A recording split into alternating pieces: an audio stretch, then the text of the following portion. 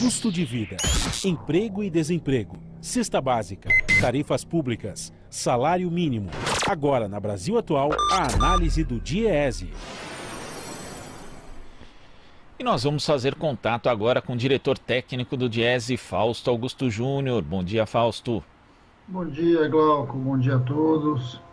Fausto, numa live feita na quinta-feira passada, o presidente Jair Bolsonaro disse que caso o Congresso Nacional aprove a continuidade do auxílio emergencial no valor de R$600, ele vai vetar. A gente sabe aí da importância que o auxílio emergencial tem para as famílias de baixa renda e também para a própria economia, segundo vários estudos que já foram publicados. Como é que você vê essa postura do presidente e também da equipe econômica, que em geral tem muita reticência em promover medidas que ajudem a sobrevivência econômica das famílias durante esse período de pandemia? Então é sempre bom lembrar que a proposta do abono emergencial não foi uma proposta desse governo. O abono emergencial, na verdade, ele foi uma construção do movimento sindical, do movimento da sociedade civil, dos movimentos sociais, junto ao Congresso Nacional. O governo, naquele momento, previa não mais do que a antecipação de recursos da aposentadoria, né, o 13º da aposentadoria, e foi no bojo daquela discussão que o abono emergencial surgiu. E quando surgiu, o governo propunha R$200 de abono, e foi no Congresso Nacional que esse valor chegou a R$600. Então, é razoável imaginar que esse governo realmente não acredite muito em movimentos como esse do abono emergencial. Porém, o que a gente viu ao longo desses meses, depois da pandemia, é que o abono emergencial é fundamental. Ele tem garantido a sobrevivência de uma quantidade relativamente grande de famílias, nós estamos falando de mais de 50 milhões de pessoas, ou seja, ele atingiu o objetivo em grande medida, apesar de muitas dificuldades na sua implementação, em especial ali, tem gente que não recebeu nem a primeira parcela até agora e está pedindo liberação, mas ele chegou a um conjunto importante, ele está caminhando aí para a sua última parcela, e a pandemia ainda está numa curva ascendente, a gente ainda está assistindo os problemas que a pandemia tem causado na economia, e isso não vai ser no curto prazo, viu, Glauco? A gente sabe que a dificuldade econômica ela vai atravessar aí, no mínimo esse ano todo, e a gente deveria fazer uma discussão muito séria na sociedade que o abono precisa ser estendido, ele precisa ser estendido e precisa ser estendido no valor que ele está. Não dá para você imaginar que uma família que a gente já tinha avaliado que precisava de um valor mínimo aí, que chegou-se ao grande acordo de R$600, para poder receber aí R$200, R$300, como o governo tem falado. Eu acho que esse é um embate que nós vamos fazer agora novamente junto ao Congresso Nacional, novamente junto à sociedade, e a sociedade já sabe a importância do tamanho do valor e da continuidade do abono. Eu acho que agora, inclusive, porque é até mais simples hoje a gente simplesmente continuar o abono, não é só uma questão, a questão logística, a questão de liberação, tudo isso já foi minimamente implementado. O que a gente precisa agora é de uma vontade política e uma mudança na forma como a própria crise econômica está se colocando, né? Nós estamos naqueles momentos em que é um momento de excepcionalidade, você tem que olhar para a economia do Brasil de maneira excepcional, a gente sabe que a sobrevivência das pessoas é o que está na pauta, e é isso que a gente tem que estar caminhando. Acho que esse é um desafio da sociedade como um todo, e vamos de novo, como nós fizemos no começo, enfrentar essa posição do governo. E é importante isso, né, Fausto, porque a gente tem um momento de crise, que também é crise social e econômica, onde o auxílio é necessário, mas continuaremos precisando do auxílio, porque na prática o cenário pós-pandemia também não é dos mais animadores, ainda mais para uma economia que já vinha num cenário de semi-estagnação antes da pandemia, Fausto. O Brasil já vinha com muita dificuldade do ponto de vista econômico, e é um país muito desigual, né, Glauco? A gente sabe também que o governo vinha também na outra ponta, retirando famílias do Bolsa Família, no momento, inclusive, em que a economia já tinha parado de crescer, já tinha parado de distribuir renda. A gente sabe que o Brasil é um país muito desigual e é inevitável que a gente enfrente agora, no pós-pandemia, o debate da melhoria da distribuição de renda. E a melhoria da distribuição de renda no Brasil passa, sim, por programas diretos de distribuição de renda. Ou seja, se você não, de alguma forma, por meio do Estado, você não atender as populações mais pobres, você não equacionar isso, de um lado retirando, de um lado ampliando impostos dos bilionários desse país e alocando esse recurso para as populações mais pobres, nós enfrentamos, de fato, uma das grandes mazelas da nossa população. É inviável você pensar um Brasil, o tamanho que ele é, com a maioria da sua população ganhando menos de R$ 500. Eu acho que isso é um dado que a gente sabe, um dado que a gente tem e que a gente precisa enfrentar. E já está provado já há algum tempo a eficácia que você tem de políticas ativas de transferência de renda. Não só para a sobrevivência das pessoas, para a melhoria da vida das pessoas, mas também, Glauco, e principalmente do ponto de vista, inclusive, do ciclo econômico.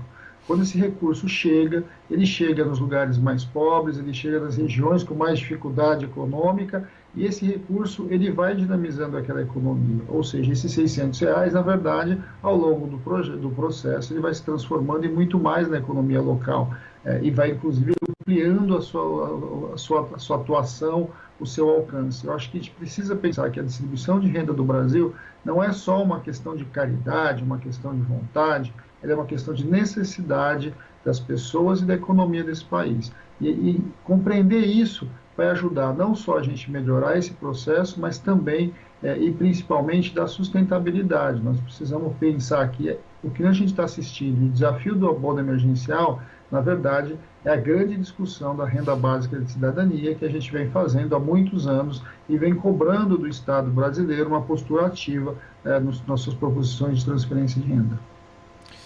E também tem outro ponto, né, Fausto, falando em dinamizar a economia, em estimular de alguma forma. A partir de hoje, a Caixa já anunciou aí o calendário dos novos saques emergenciais do FGTS. Cerca de 60 milhões de trabalhadores brasileiros vão receber até R$ 1.045 das contas a partir do dia 29 de junho. Variando aí conforme a data de aniversário. E é curioso, porque essa é uma medida que já foi adotada pelo próprio governo Bolsonaro, começou ali no governo Temer, e nós tivemos, né, duas equipes econômicas, no caso do governo Temer, de corte neoliberal e agora, a gente pode até dizer, de ultra neoliberal, que adotam medidas, na verdade, de fundo keynesiano, né? Que vai contra justamente toda a teoria que ambas as equipes pregavam e pregam. Mas isso deve dar um estímulo na economia, né, Fausto? Mas é algo pontual também. Aí a gente está olhando também algo que a gente é razoável que você libere recursos do Fundo de Garantia. Inclusive tem ações na Justiça buscando a liberação desse recurso nesse momento. Primeiro porque o Fundo de Garantia, eu acho que tem que ser pensado como isso. Ele é um fundo de garantia para momentos emergenciais. Vamos lembrar que o Fundo de Garantia foi criado em substituição ali à estabilidade do trabalhador, do setor privado, e ele vem cumprindo desde então basicamente duas funções. Ele é liberado, ele é uma poupança compulsória que o trabalhador libera quando ele tem alguma dificuldade muito grande. Vamos colocar a dificuldade muito grande aí, que é quando ele perde o seu emprego de um lado, ou quando ele tem uma doença grave do outro, são fatos muito extraordinários, e a sua outra função está vinculado à construção da casa própria, à garantia da casa. Ou seja, ele também retira esse recurso quando ele está na compra da sua casa, e enquanto poupança pública, ele financia a construção civil, ele financia a construção de habitação no Brasil. Então, essa é a característica do Fundo de Garantia, uma criação ali no meio dos anos 60 e que vem chegando até agora.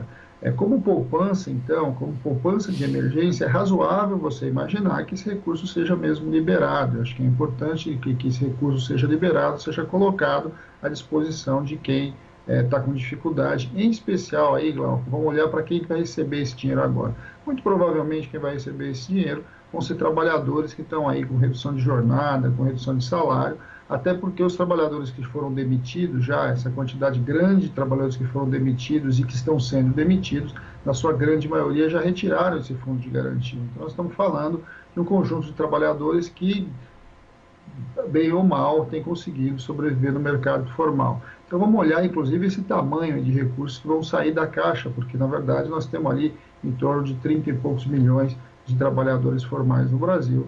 A gente sabe que tem muita conta inativa, mas as outras retiradas do FGTS já tiraram boa parte desse recurso das contas inativas. Então, talvez, muito provavelmente, o fluxo de recursos seja menor. Quanto mais a gente vai agravando a crise, menor esse tipo de medida ele se coloca. Ela é importante. Agora, ao mesmo tempo que ela é importante, ela vai demorar, né, Glauco? Porque foi anunciado no sábado pelo presidente da Caixa, começa a sua liberação essa semana, mas é uma liberação que vai acontecendo, só que vai para uma conta especial e o sujeito só vai poder tirá-la quase um mês depois. Quer dizer, começa a sua liberação agora dia 29, quem teve seu recurso liberado na Caixa dia 29 só vai retirar esse dinheiro no dia 25/7, né? E vai sendo por aniversário a cada 15 dias, ou seja, esse dinheiro real mesmo, ele começa a chegar na mão das pessoas no final de julho e vai entre final de julho e ali começo de novembro. Então nós estamos falando aí